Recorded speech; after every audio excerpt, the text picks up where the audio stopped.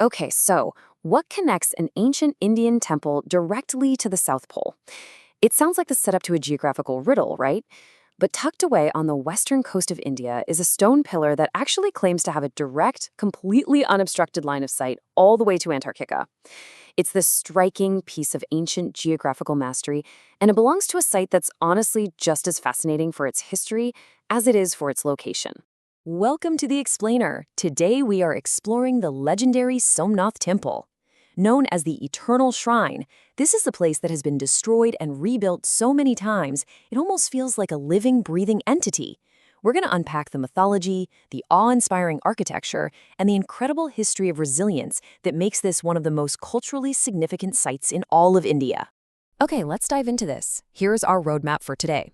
First, we'll look at the temple's mythological origins as the first Jyotirlinga. Then, we'll examine its unique geography and architectural marvels. After that, we'll track its long history of resilience, move into its modern renaissance in the 20th century, and finally, look at how the sacred precinct is expanding today. All right, part 1, the first Jyotirlinga, covering its origins and mythology. To really wrap your head around Somnath, you have to realize its premier status is totally cemented in ancient spiritual texts. We're talking the Rig Veda and the Skanda Purana. Among the 12 sacred Jyotirlingas of Lord Shiva spread out across the Indian subcontinent, Somnath holds the revered position of being number 1. It is the absolute first. In Hindu tradition, a Jyotirlinga is a devotional shrine where Lord Shiva is worshipped as this firing column of light. And being the very first of these 12, well, that makes Somnath a massive spiritual epicenter, one that's been drawing pilgrims for thousands of years. Now, the mythology behind its construction is just wild. According to ancient texts, the temple wasn't just built once. It was said to be built first in pure gold by Soma, the moon god, who did it to seek a blessing from Lord Shiva. In fact, the name Somnath literally translates to Lord of the Moon. Later on, the story goes that it was rebuilt in silver by Ravana, then in wood by Lord Krishna, and finally in stone by King Bhimdev. This whole mythological cycle of creation, it perfectly foreshadows the very real physical cycle of destruction and rebuilding the temple would face later in history. Moving on to Section 2, Geography and Architectural Marvels. So, shifting our focus from the mythical past to the tangible, physical location on the Prabhas-Paten coastline, geography is pretty much destiny here. The temple sits right at a Triveni Sangam. That's the sacred confluence of 3 rivers, the Kapila, the Hiran, and the mythical Saraswati, all meeting the sea right at this exact spot. In Indian spiritual traditions, the confluence of rivers is considered incredibly sacred, like a place of profound purification. So, placing the temple exactly at this energetic nexus, that was definitely a deliberate choice by its ancient founders. And the architecture sitting on that coastline is nothing short of majestic. The current structure is built in the traditional Meru Gujarat style, guided by the legendary Sampura builders. These are families who have literally mastered temple architecture over generations. The temple's official name is Kailash Mahameru Prasad, which perfectly reflects its towering, mountain-like grandeur. Inside, you'll find a massive Sabha Mandap, or assembly hall, supported by 72 intricately carved pillars. The sheer scale and detail, it's designed to make you feel like you stepped into another realm entirely. But hey, let's go back to that riddle from the beginning. Right on the temple's sea protection walls stands the Bhatyan Stamb, known as the arrow pillar. It features an ancient Sanskrit inscription stating that from this exact point, there is a straight, completely unobstructed path over the ocean directly to the South Pole. And if you pull up a modern map, it's actually true. If you draw a straight line south from Prabhas Patan, you will not hit a single piece of land until Antarctica.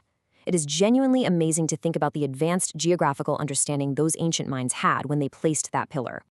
Section 3. A History of Resilience.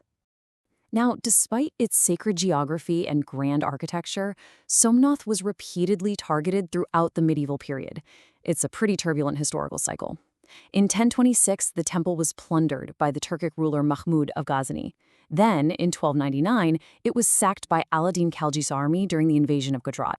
Fast forward to 1395, and it gets destroyed again, this time by Zafar Khan. Yet, somehow, the story doesn't end there. By 1783, when the main site was just in ruins, Queen Ahilyabai of Indore stepped in. She built a new temple right next to the original site just to ensure the continuity of worship. It's this relentless cycle, the temple falling only to be resurrected by the faith of the people. You might be wondering, why was it targeted so often? Well, chew on this number for a second. 20 million. That represents the 20 million dinars looted during just one raid, that 11th century attack by Mahmud of Ghazni. The Somnath Temple was unimaginably wealthy. Its treasuries were filled by pilgrims and patrons over centuries. And that immense concentration of wealth, combined with its profound religious significance, naturally made it a prime target for invading armies who were looking to fund their empires and, frankly, make ideological statements. Which brings us to Section 4, the Modern Temple Renaissance. So, stepping out of the medieval period, we get to witness the temple's phoenix-like rebirth in the 20th century.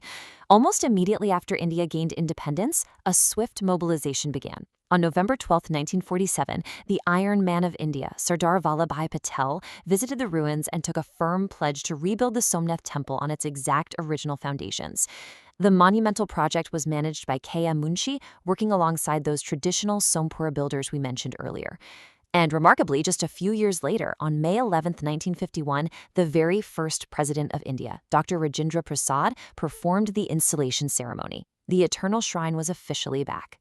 And this brilliantly illustrates that the development definitely didn't stop in the 1950s. We're seeing continuous, multi-million-dollar commitments even today, like the infrastructure projects inaugurated back in 2021.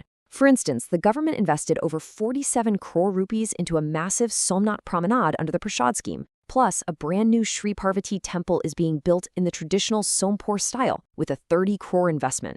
They've also put 3.5 crore into safety and capacity upgrades for the old Somnath Temple precinct. That's the one built by Queen Ahilyabai. It really shows a powerful dedication to expanding and securing the site for future generations. Finally, Section 5, expanding the sacred precinct. You know, Somnath is so much more than just a single building. The broader Prabhas Batan area is this massive, interconnected spiritual ecosystem. Just a short distance away is Balka Tirth, which is revered as the exact spot where Lord Krishna was struck by a hunter's arrow, marking his final moments on Earth. Nearby, you have the beautiful Gita Mandir, constructed with 18 marble pillars, and each one is inscribed with chapters of the Bhagavad Gita. And right along the water is the Triveni Ghat, a deeply sacred site used for ancestral rites and where the ashes of historical figures have been immersed. The entire region is just completely steeped in myth and history. To really capture the true weight of this place, listen to this powerful quote from Swami Vivekananda. He said, "Somnath will give you an insight into the history of India which no book can give." And he hit the nail on the head. He understood that the temple's physical stones serve as a living, breathing record. Every carved pillar, every ruined foundation, and every newly laid brick, they all tell the story of India's wealth, its vulnerability, and its totally unwavering capacity to rebuild. So that leaves us with a pretty profound question to ponder.